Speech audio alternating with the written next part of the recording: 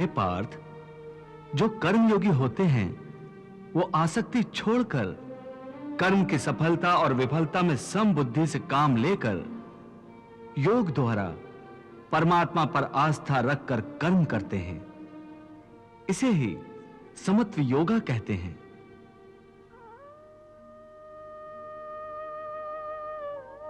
हे पार्थ, ईश्वर को समर्पण करने की भावना से किया हुआ कर्म फल प्राप्ति की कामना से किए हुए कर्म से कई गुना अधिक श्रेष्ठ है। ज्ञानी पुरुष कर्म फल की आशा किए बिना समबुद्धि योग द्वारा कर्म करते हैं और पाप पुण्य आदि भावनाओं से मुक्ति पाते हैं। पार्थ, तुम भी ऐसी भावनाओं से मुक्त हो जाओगे जब तुम समबुद्धि कर्म का आचरण करोगे। योगस्था कुरु कर्माणि संगम त्यक्त्वा धनंजय सिद्धि असिद्ध्यो समो भूत्वा समत्वम योग उच्यते। पार्थ, एक बात ध्यान में रखो, फल की वासना से फल पर ही दृष्टि रखकर कर्म करने वाला सकाम मनुष्य उत्तम कर्म करने पर भी कर्मयोगी नहीं हो सकता। ऐसे मनुष्य को ख्याति आदि लाभ प्राप्त हो सकते हैं, किंतु उसे परमात्मा और शांति प्राप्त नहीं हो सकती।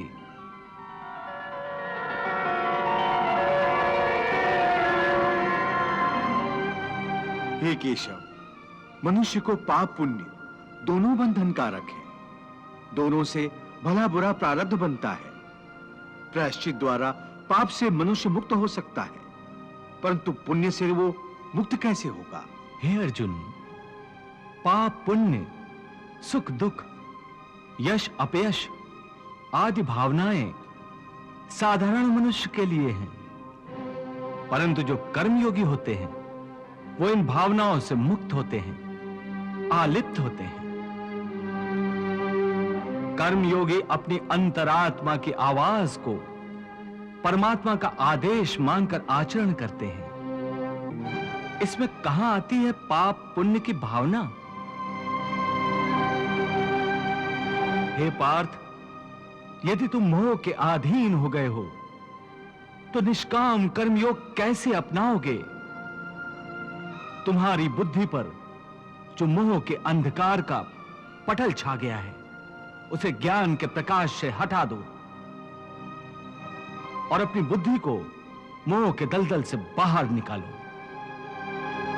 हे पार्थ, यदा ते मोह कलिलम बुद्धिर्व्यतितरिष्यति तदा गन्तासि निर्वेदम श्रोतव्यस्य श्रुतस्य च। हे पार्थ, मोह बुद्धि का अज्ञान होता है और इसी अज्ञान के कारण मनुष्य भौतिक आकर्षण में फंस जाता है। वो जानता नहीं कि देह तथा समस्त भोग नश्वर हैं, मिथ्या हैं। जब मनुष्य सत और असत अथवा नित्य और अनित्य का भेद जान जाता है तब वो निरासक्त हो जाता है। उसे किसी भी चीज का आकर्षण नहीं रह जाता।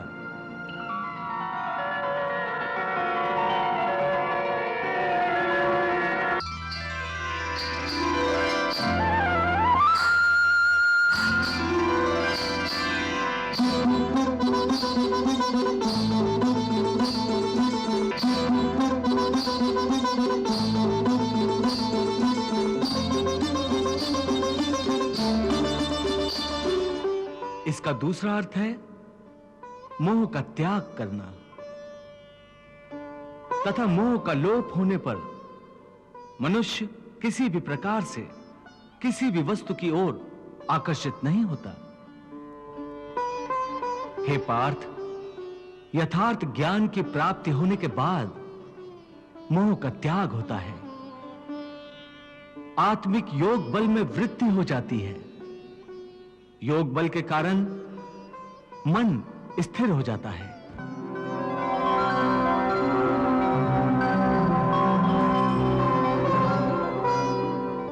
और स्थित प्रज्ञ होने के कारण मनुष्य का परमात्मा के साथ योग हो जाता है।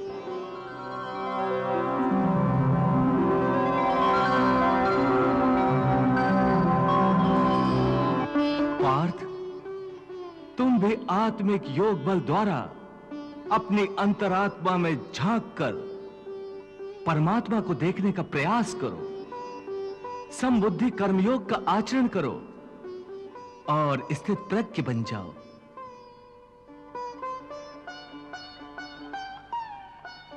हे मधुसूदन, ये स्थित प्रज्ञ क्या होता है, इसे समझाओ। पार्थ, दुख भोगते हुए भी जिसके मन में उद्वेग नहीं होता और न ही जो सुख की लालसा रखता है तथा जिसके हृदय में क्रोध, मोह, भय आदि विकारों के लिए कोई स्थान नहीं होता, वो मनुष्य स्थित प्रज्ञ है। दुखेषु अनुद्विग्न मनाः सुखेषु विगत स्पृहा वीतराग भय क्रोधा स्थित धीः मुनिरुच्यते। समझा कर मुझको कहो हे केशव सर्वज्ञ, भाषण आसन चलन में कैसा है स्थित प्रज्ञ, कैसा है स्थित प्रज्ञ। पूर्ण मनोकामनाएं मन से जो तज डाले, रहे संतुष्ट सदा आत्म विलास में। दुख के आने पर जो विचलित न हो, कदापि नहीं कोई स्पृहा सुख सुमन सुवास में। राग है न द्वेष जहाँ मोह नेह शेष, नहीं लेश मात्र अस्थिरता जिसके आभास में। शुभ से प्रसन्न हो न अशुभ से जो भय माने, ऐसा स्थित प्रज्ञ रमे योग रस रास में। ऐसा स्थित प्रज्ञ रमे योग रस रास में।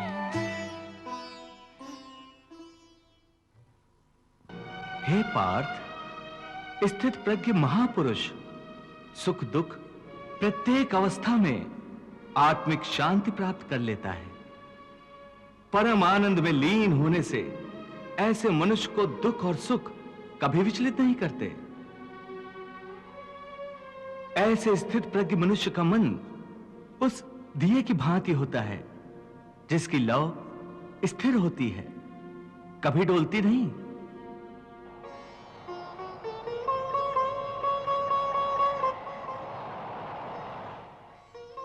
प्रभु, दिए की लौ अधिक समय तक अचल और अडोल तो रहती नहीं, वो हवा के हल्के से झोंके से भी तड़पने लगती है।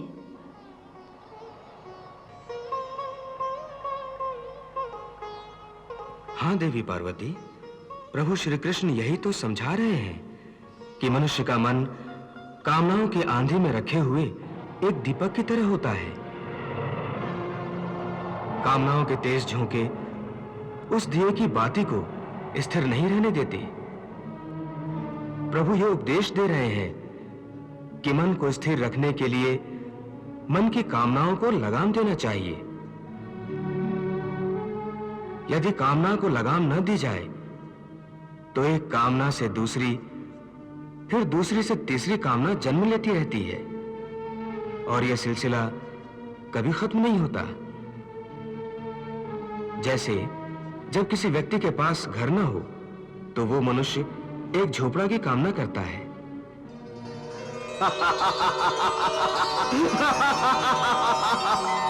झोपड़ा मिल जाता है तो उससे बड़ा घर चाहता है, फिर उससे भी बड़ा घर, और फिर राजमहल की कामना करता है।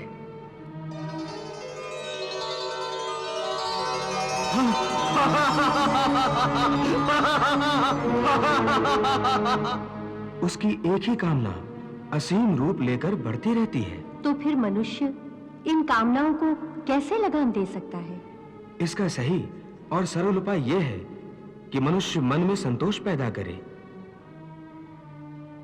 जहां जिस अवस्था में जिस क्षण में उसे संतोष प्राप्त हो जाए, वहीं उसी क्षण में प्राणी सुखी और शांत हो जाएगा। हे कृष्ण, तुम कहते हो कि स्थित प्रज्ञ बनने के लिए मन के दिए की ज्योत को स्थिर रखो, अर्थात मन को इधर उधर डोलने न दो। इसका अर्थ यह हुआ कि कर्म करते समय मन की जगह बुद्धि की बात मानो, मन को बुद्धि के अधीन रखो, यही ना? नहीं अर्जुन, केवल बुद्धि पर भरोसा करने में भी खतरा है, इसलिए कि विनाश काल आने पर तो मनुष्य की बुद्धि भी भ्रष्ट हो जाती है। अर्थात जब विपरीत समय आता है तो मनुष्य की अपनी बुद्धि ही उसे गलत रास्ते पर ले जाती है। हे मधुसूदन, मनुष्य न तो अपने मन की इच्छा अनुसार कर्म करे, न ही बुद्धि की सलाह माने, तो फिर मनुष्य बेचारा करे तो क्या करे? ऐसी स्थिति में अपनी प्रवृत्ति के विरुद्ध कोई कैसे जीवन व्यतीत करेगा? हे मधुसूदन, मुक्ति और मोक्ष का रास्ता अपनाने के लिए कोई मनुष्य अपनी प्रवृत्ति को कैसे बदल सकता है? इसका कोई तरीका मुझे बताओ। प्रवृत्ति को बदलने से पहले यह जान लेना आवश्यक है कि प्रवृत्ति कैसे बनती है। हे अर्जुन, मनुष्य जन्म से ही अपने साथ सत्व, रज और तम तीन गुणों को लेकर पैदा होता है।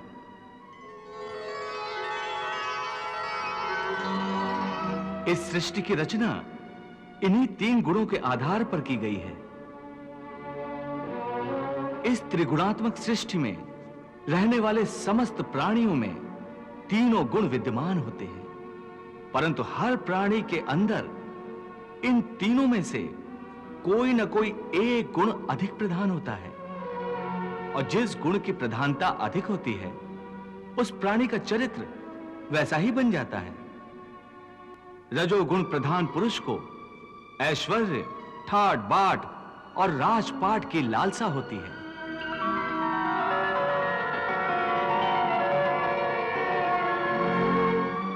तमोगुण वाला आलसी और प्रमादी होता है। द्वेष, क्रोध जैसी नकारात्मक भावनाएं उसमें कूट कूट कर भरी हुई होती हैं।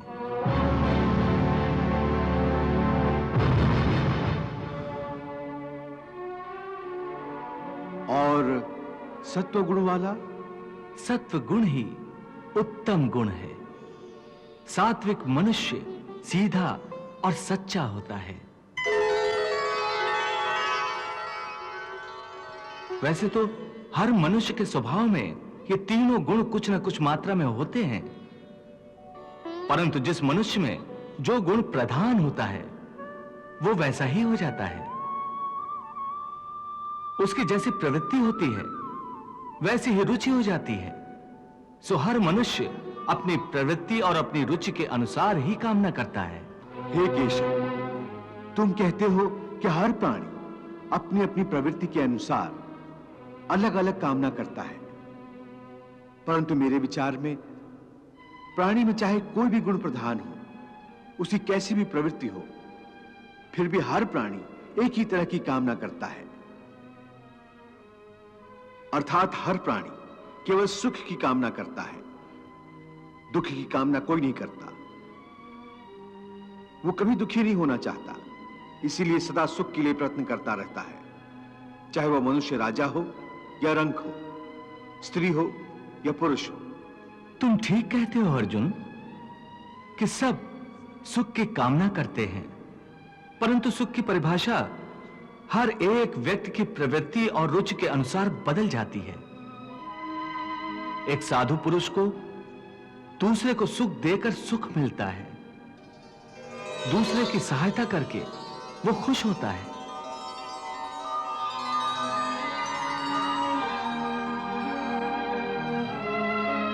और एक नीच प्रवृत्ति वाला मनुष्य किसी को दुख देकर सुखी होता है।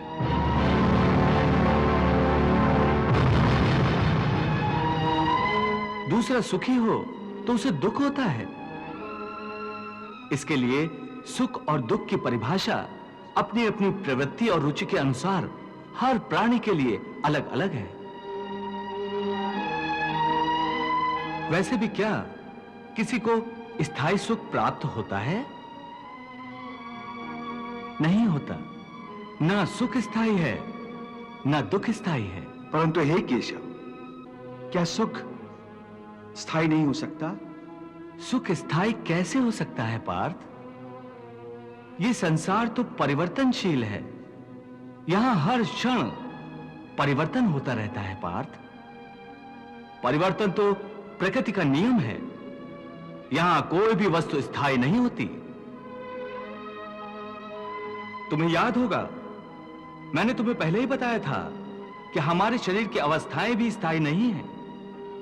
फिर सुख और दुख कैसे स्थायी हो सकता है? इसका अर्थ है कि सुख के साथ साथ मनुष्य को दुख भी भोगना पड़ता है। हां पार्थ, सुख और दुख एक ही चक्र के दो अर्ध भागों की भांति है। यह चक्र चलता रहता है, चलता रहता है। कभी प्राणी सुख में हंसता है,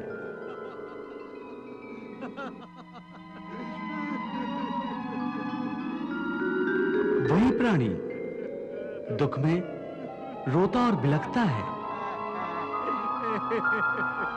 परंतु काल चक्र कभी नहीं रुकता। सुख दुख का यह चक्र चलता ही रहता है। और मनुष्य के जीवन में सुख और दुख लगातार आते जाते रहते हैं। न चक्र ठहरता है, न ही सुख या दुख मनुष्य के जीवन में ठहर पाते हैं। यदि सुख आया तो वो सदा नहीं रहेगा, और यदि दुख आया तो वो भी सदा नहीं रह पाएगा। देवी, प्रभु की दिव्य वाणी के रूप में आज समस्त मानव जाति के लिए एक नए अध्याय की रचना हो रही है। प्रभु कितने आसान और प्रभावशाली शब्दों में जीवन के भेदों को समझा रहे हैं। कर्म योग की गुत्थियां खोल खोल कर बता रहे हैं। प्रभु के गुरु उपदेश को यदि मनुष्य भक्ति भाव से ग्रहण करके उसे अपना आचरण बना ले तो उसे कोई भी धर्म के रास्ते से हटा नहीं सकेगा। अनासक्ति योग के द्वारा कामनाओं पर विजय पाना अति आवश्यक है, क्योंकि कामनाओं की पूर्ति होकर भी कभी नहीं होती। मनुष्य बूढ़ा हो जाता है, परंतु आसक्ति जनित कामनाएं कभी बूढ़ी नहीं होती, कभी बूढ़ी नहीं होती।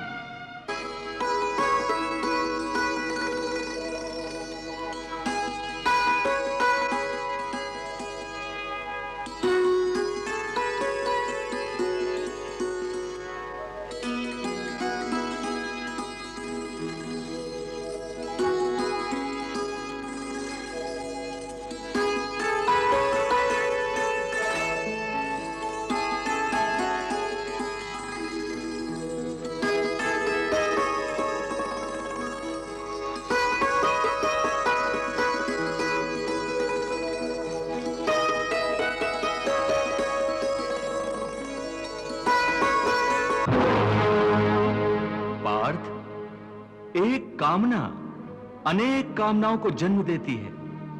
हर कामना के साथ मनुष्य की तृष्णा भी बढ़ जाती है, और तृष्णा के साथ असंतोष भी बढ़ता जाता है। फिर ऐसे असंतुष्ट मनुष्य को, जो कामनाओं से ग्रस्त है, उसे उचित अनुचित का विवेक नहीं रहता। पार्थ, इसलिए मैं तुमसे कहता हूं कि तुम अपनी कामनाओं का त्याग करके स्थित प्रज्ञ बनो। स्थित प्रज्ञ जो कर्मयोग की चरम अवस्था है। वाह प्रभु, वाह, क्या सुंदर बात कही आपने। वाह। हे मधुसूदन, तुम तो कहते हो कामनाओं का त्याग करके स्थित प्रज्ञ बन जाओ, परंतु स्थिर प्रज्ञ बनने के लिए सबसे आवश्यक क्या है? स्थिर बुद्धि। स्थिर बुद्धि? परंतु मनुष्य अपनी बुद्धि को स्थिर कैसे रख सकता है? आशा और निराशा दोनों से मुक्त होकर ही बुद्धि को स्थिर किया जा सकता है। बुद्धि स्थिर होगी तो इंद्रियों के विषयों का बल टूट जाएगा। यदि कोई किसी इंद्रिय को ही काट कर फेंक दे तो क्या उस इंद्रिय का विषय नष्ट हो जाएगा? नहीं अर्जुन, यदि किसी दुर्घटनावश किसी की आंखें अंधी हो जाएं, तो यह आवश्यक नहीं कि उसकी आंखें रूप की कल्पना करना ही छोड़ दें। आंखें ना होने पर भी उसका मन ऐसे दृश्यों की कल्पना कर सकता है जो उसे विषयों के मोह में फंसाए चले जाए। पार्थ, एक अंधा मनुष्य भगवान के स्वरूप की भी कल्पना कर सकता है।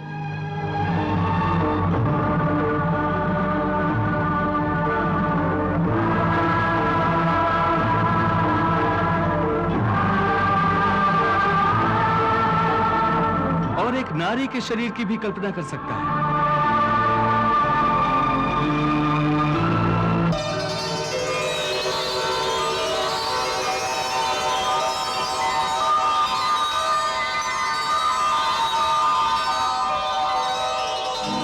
सो किसी इंद्रिय के होने ना होने से मन की वासना और आसक्ति में फर्क नहीं पड़ता।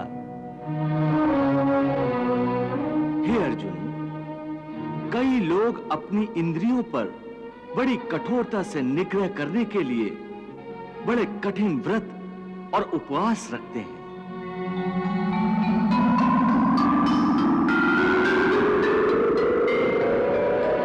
कई दिनों तक खाना पीना छोड़ देते हैं।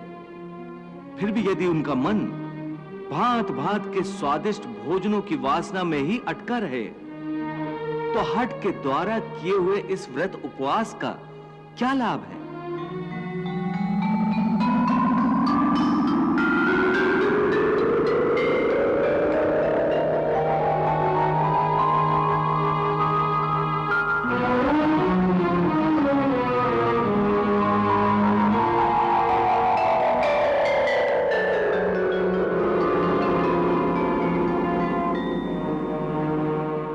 ऐसे लोग हठ के द्वारा अपनी इंद्रियों को सुखाकर निर्बल तो कर देते हैं,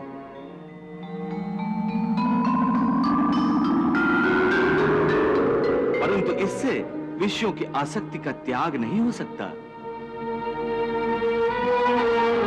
याद रखो, विषयों से अधिक खतरनाक है विषयों की आसक्ति, और विषयों की आसक्ति का त्याग केवल इंद्रियों के निग्रह से नहीं हो सकता। आसक्ति का त्याग केवल मन के निग्रह से होता है। जब मन निरासक्त हो जाए तो इंद्रियां अपने अपने विषयों को भोगती हुई भी इन विषयों से निरासक्त रहती हैं। जैसे कमल का फूल पानी के अंदर रहते हुए भी सूखा ही रहता है, जल की एक बूंद भी उसके पत्ते पर नहीं ठहर सकती। इसलिए मैंने कहा है कि पहले ज्ञान के द्वारा बुद्धि को स्थिर करो। बुद्धि मन को स्थिरता देगी, फिर मन इंद्रियों को इस प्रकार विषयों से खींच लेगा जिस प्रकार एक कछुआ खतरे की जरा सी आहट पाते ही अपने अंगों को अपने भीतर ही समेट लेता है।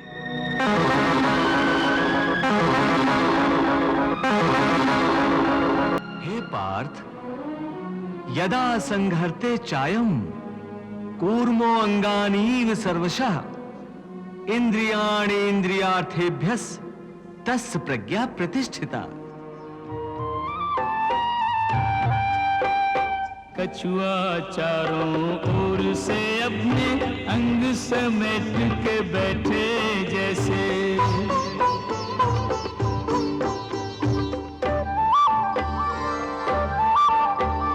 सारे भोगों से खींच के इंद्रियां एक स्थित प्रज्ञा रहे स्थिर ऐसे।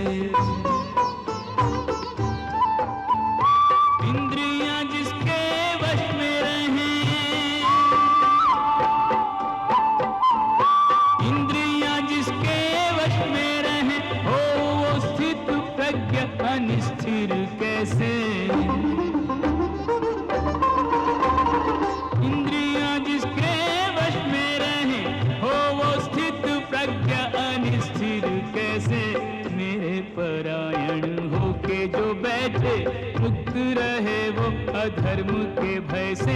मेरी शरण में आके जो बैठे, युक्त रहे वो आत्म विजय से।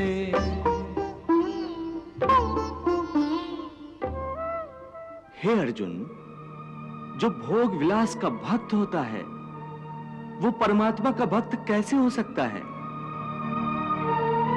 ऐसे मनुष्य जो बाहर से भक्ति का प्रदर्शन करते हैं परंतु मन से विषयों के चिंतन और उनकी आसक्ति में लीन रहते हैं, वो भक्ति का केवल ढोंग करते हैं।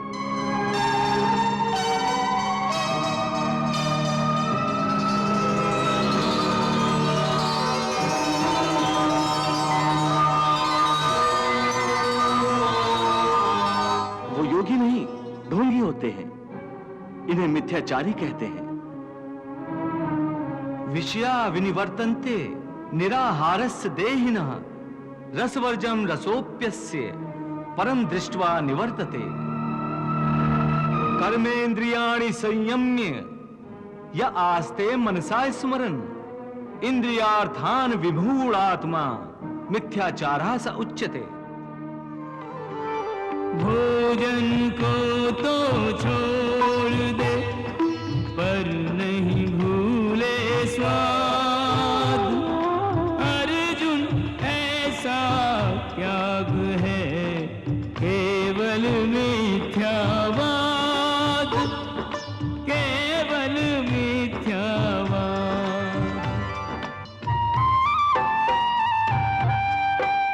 इंद्रियों को हठ पूर्वक रोके, विषयों से मन को न हटाए।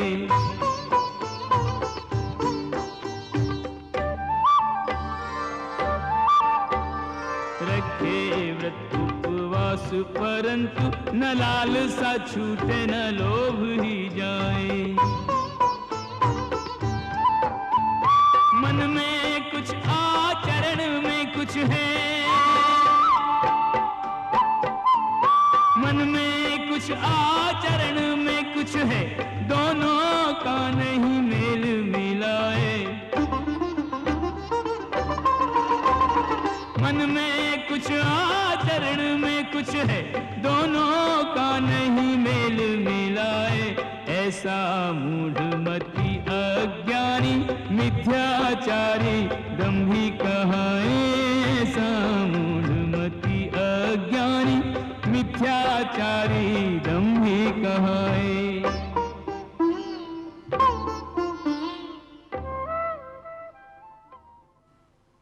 पार्थ, स्थित प्रज्ञ मनुष्य की बुद्धि स्थिर रहती है, अपने मन पर उसका नियंत्रण रहता है। स्थित प्रज्ञ को भोग और उपभोगों में रस आसक्ति नहीं होती। वो शुभ अशुभ वस्तुओं की प्राप्ति होने के बाद भी न प्रसन्न होते हैं और न दुखी होते हैं। पार्थ, ऐसे महापुरुषों को पूर्ण विश्वास होता है कि ईश्वर सदा सर्वदा उनके साथ है, इसलिए वो किसी भी परिस्थिति में विचलित नहीं होते।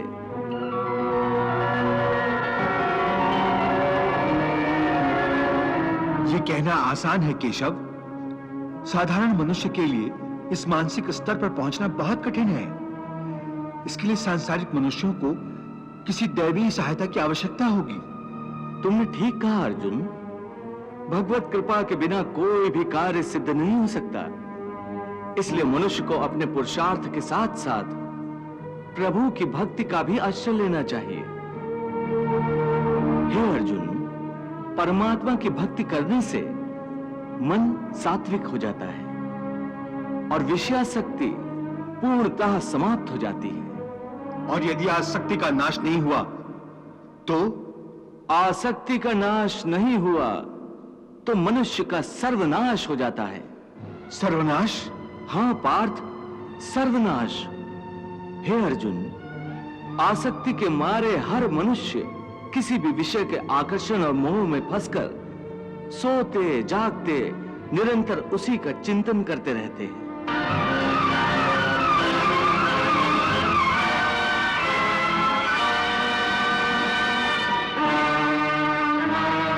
जैसे कोई मनुष्य किसी सुंदर स्त्री के प्रेम में पड़ जाता है, जो जागते हुए उसी की कल्पना और सोते में उसी के सपने देखता है।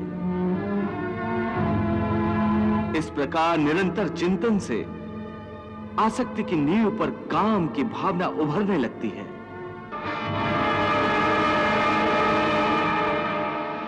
काम या वासना में थोड़ी भी रुकावट आने से क्रोध का आगमन हो जाता है।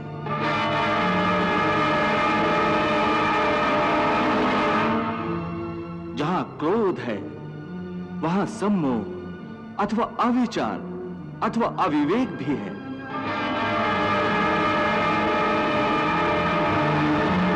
जिस प्रकार प्रचंड वायु के झोंके से दीपक की ज्योति बुझ जाती है, उसी प्रकार काम जनित अविवेक की आंधी से मनुष्य की स्मृति नष्ट हो जाती है। और जब स्मृति भ्रंश हो जाता है, तब बुद्धिनाश में कितना समय लगता है पार्थ? चैतन्य का नाश होने पर जो दशा शरीर की होती है, ठीक वही दशा बुद्धि का नाश होने पर मनुष्य की हो जाती है। बुद्धिनाश के कारण मनुष्य का भी सर्वनाश होता है।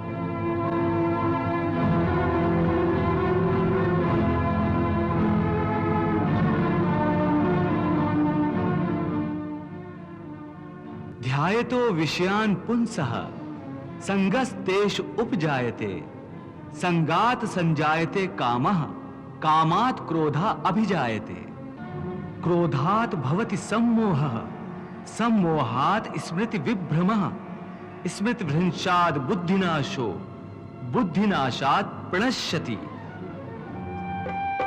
विषयों के ध्यान से आसक्ति जन्मे, आसक्ति काम की अग्नि जगाए।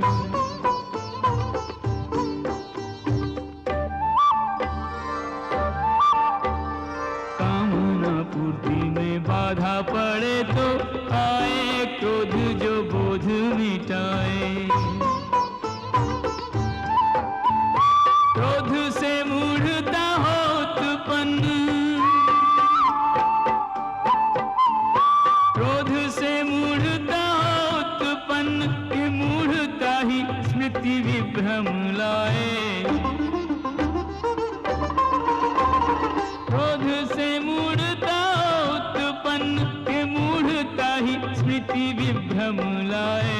भ्रम से होता बुद्धि का नाश, जो मानव को निज पद से गिराए। जिसकी बुद्धि का नाश हुआ, फिर उसका सर्वनाश हो जाए। वाह, कितनी महत्वपूर्ण बात कही है प्रभु ने कि काम के कारण अंततः मनुष्य का सर्वनाश हो जाता है। परंतु भगवान, वास्तव में काम तो एक शक्ति स्रोत है, फिर वो सर्वनाश का कारण कैसे हो सकता है? हाँ देवी, आपने ठीक कहा कि काम एक शक्ति स्रोत है जिसके द्वारा मनुष्य जीवन में परमानंद को प्राप्त कर सकता है। परंतु यदि काम की शक्ति मनुष्य के नियंत्रण में न रहे, तो वही शक्ति प्राणी का सर्वनाश कर देती है। प्रभु, आप ये कैसे विरोधी बातें कर रहे हैं? मैं सत्य कह रहा हूं देवी कि कोई भी शक्ति हो, यदि उसका दुरुपयोग किया जाए तो वो परम विनाशकारक हो जाती है, और सदुपयोग किया जाए तो वही वरदान बन जाती है। इसी प्रकार काम की शक्ति जो वरदान भी हो सकती है और श्राप भी। भगवान, मैं समझी नहीं। देवी, काम के अधीन होने के बजाय यदि काम को अपने अधीन कर लिया जाए तो मनुष्य का जीवन सुखमय हो जाएगा। देवी, आकर्षण, प्रेम, वासना, ये सब तो काम के ही रूप हैं। जब उदात्त भावना मन में होती है, तब काम प्रेम का स्वरूप धारण करता है। फिर वही प्रेम भक्ति का रूप धारण कर लेता है। रे मनवा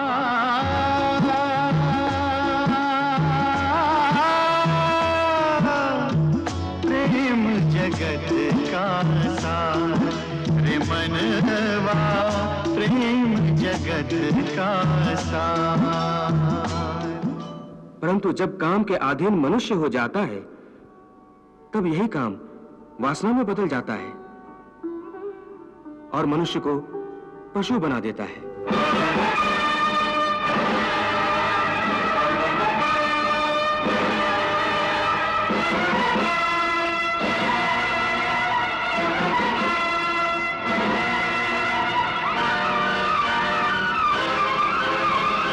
और जब मनुष्य पशु बन जाता है तब अत्याचार और अनाचार का जन्म होता है।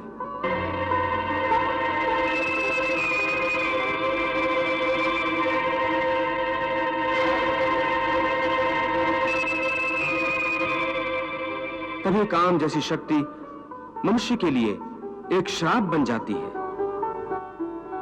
इसलिए प्रभु अर्जुन को कर्मयोग की साधना के द्वारा आसक्ति का त्याग करने की शिक्षा दे रहे हैं। देवी, यदि आसक्ति का त्याग नहीं किया तो मनुष्य का पतन निश्चित है,